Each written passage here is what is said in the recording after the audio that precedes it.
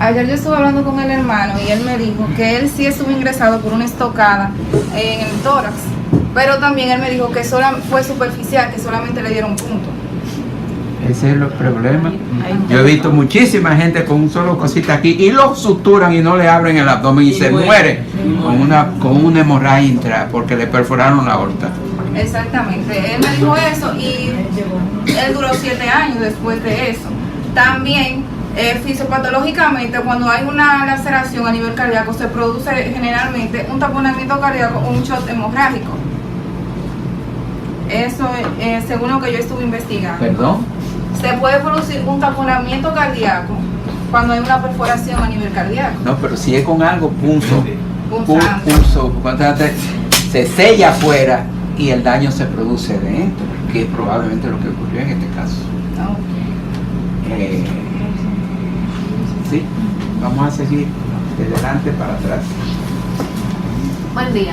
Al igual que la doctora Valdés, yo tenía muchas las dudas sobre si de verdad era algo traumático o no, porque yo también, según lo que estuve leyendo, primero se iba a producir un hemopericardio que iba a conllevar a un taponamiento cardíaco.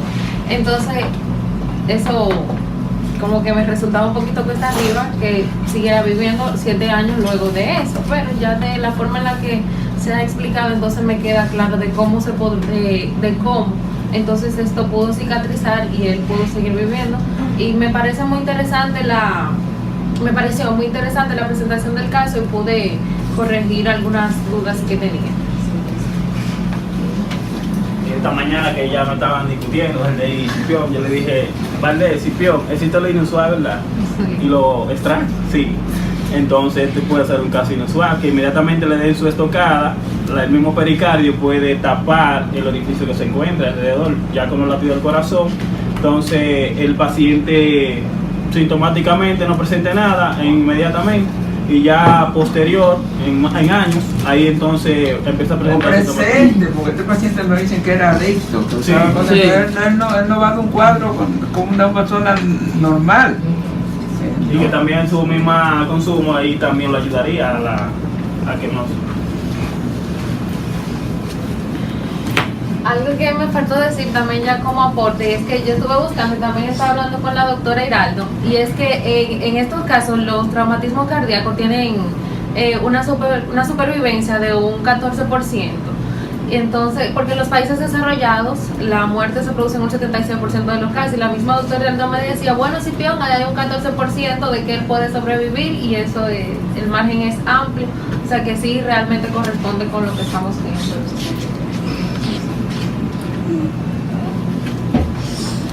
En realidad, cuando nosotros trabajamos el caso, se trabajó el caso, la característica que tiene el orificio y la comunicación interventricular son diferentes, tienen características diferentes. Yo le dije a ella, le estaban explicando, digo, mire que hay uno que es congénito y el otro no. Entonces yo sí voy de acuerdo que era traumático. Cuando ya ayer... no se formulen en términos generales dos cosas distintas cuando están analizando. No es que no se pueden dar, pero el razonamiento lógico, si hay algo que lo puede explicar todo, ¿por qué? Porque usted va a meter una congénita y encima de esa un trauma ahí. No, el del trauma que yo le decía a ellos que sí puede ser correcto, y cuando nosotros hablamos con el familiar es que vemos, entonces sí le damos énfasis a la herida que tiene, a la cicatriz antigua. Y ayer cuando se le explica al doctor Carpio, sí, el doctor Carpio correlaciona, dice que es traumático, que corresponde con la herida. Seguimos.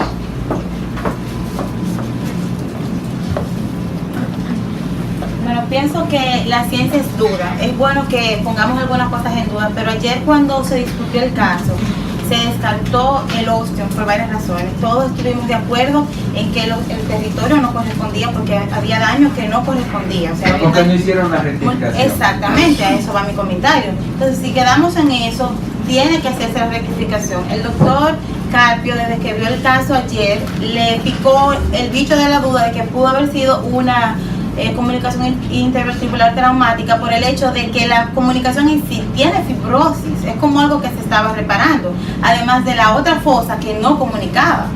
Y él mismo fue a ver el corazón allá abajo con los residentes. Entonces, de hecho, no se quedó como así como traumático, se quedó en estudio para completar con la historia.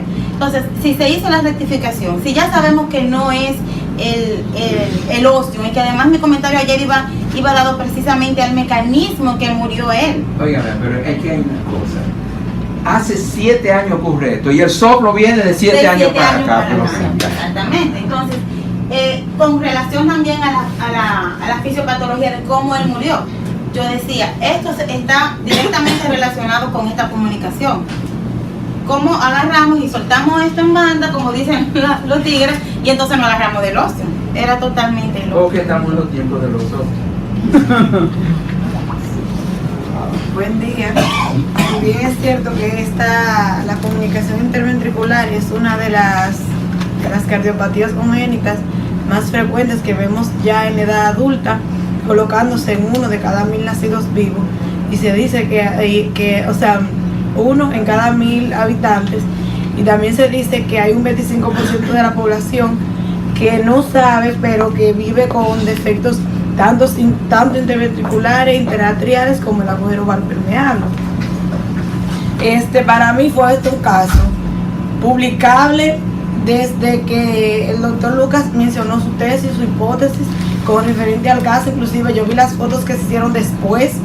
Él me exhortó y me dijo: Giraldo, venga, para que vea usted para que pueda evidenciar también lo que yo vi o lo que yo vi.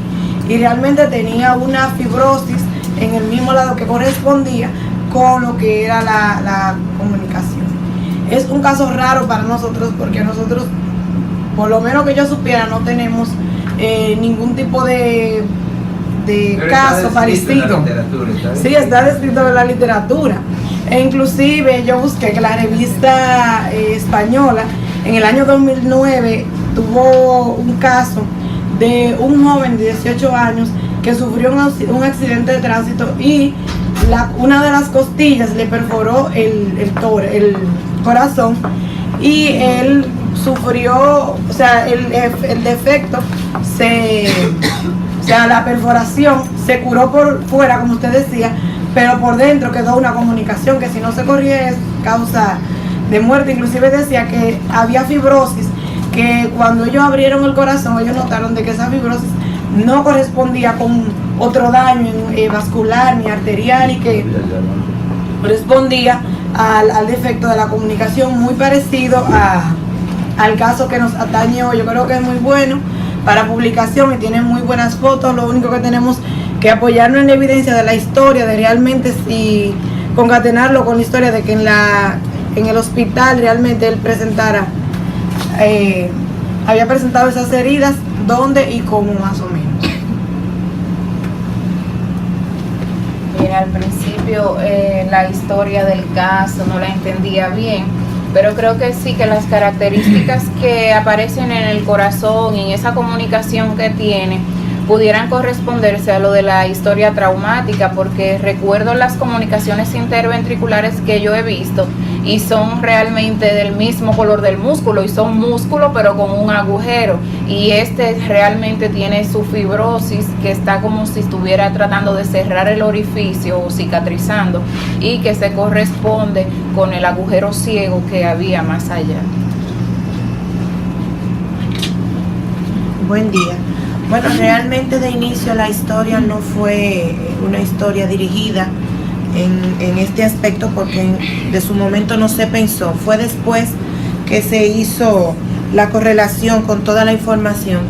Sin embargo, tuvo suerte de que duró 7 años, porque la parte de afuera se cicatrizó, pero en algún momento tenía que ceder porque el corazón estaba muy lesionado. Gracias.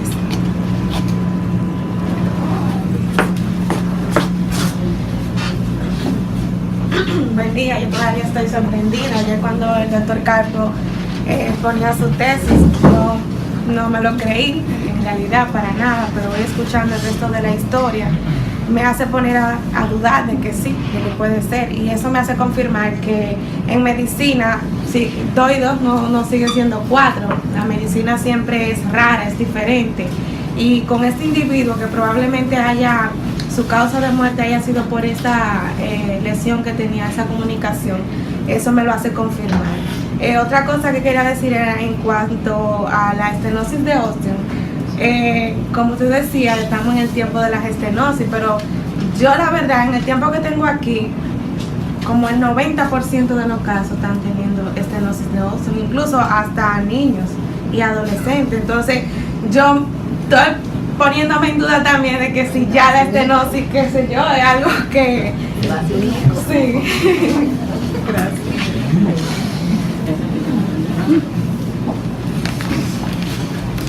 Buen día. Ciertamente, cuando se presentó el caso en el día de ayer, me llamó mucho la atención esos orificios, los bordes, el cambio de correlación en los bordes también. Si hay un orificio que se comunica y un foramen que en el fondo está totalmente cerrado, pero el mecanismo no varía. El mecanismo viene siendo ya a nivel pulmonar por un defecto, ya sea traumático, que en este caso fue un hecho sorprendente de manera traumática que merece la pena publicarlo.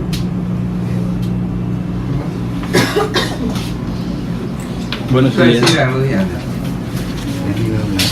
No, solo iba a decir que en ese caso a mí por lo menos me insta a buscar la sobrevida en esos pacientes porque, como decían, me sorprendió mucho tantos años que pudiera sobrevivir el paciente. O sea, y buscar el porcentaje específico de qué tiempo puede vivir esos pacientes. Pero hay una parte de orden médico legal.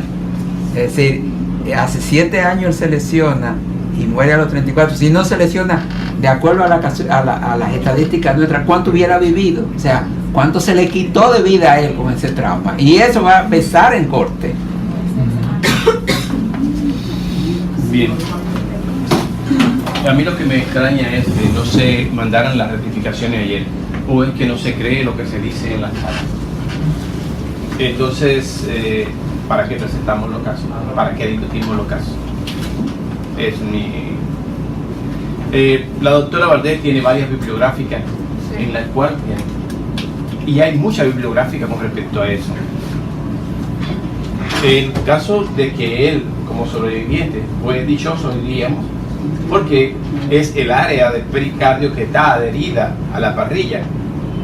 Y otra cosa es que por donde penetra es de poca vascularidad, que no es la arteria o alguna arteria. Si fuese una arteria, entonces tendríamos un hemopericardio y un taponamiento. En él no ocurrió ese mecanismo como tal. Ahora, fisiológicamente sí también se demuestra. El ventrículo derecho tiene menor presión, el ventrículo izquierdo tiene mayor presión y por eso se mantenía, y por eso es un shunt. Por eso tiene que tener hipertensión pulmonar como consecuencia de... Yo supongo que lo que él hizo fue una inversión, un col pulmonar.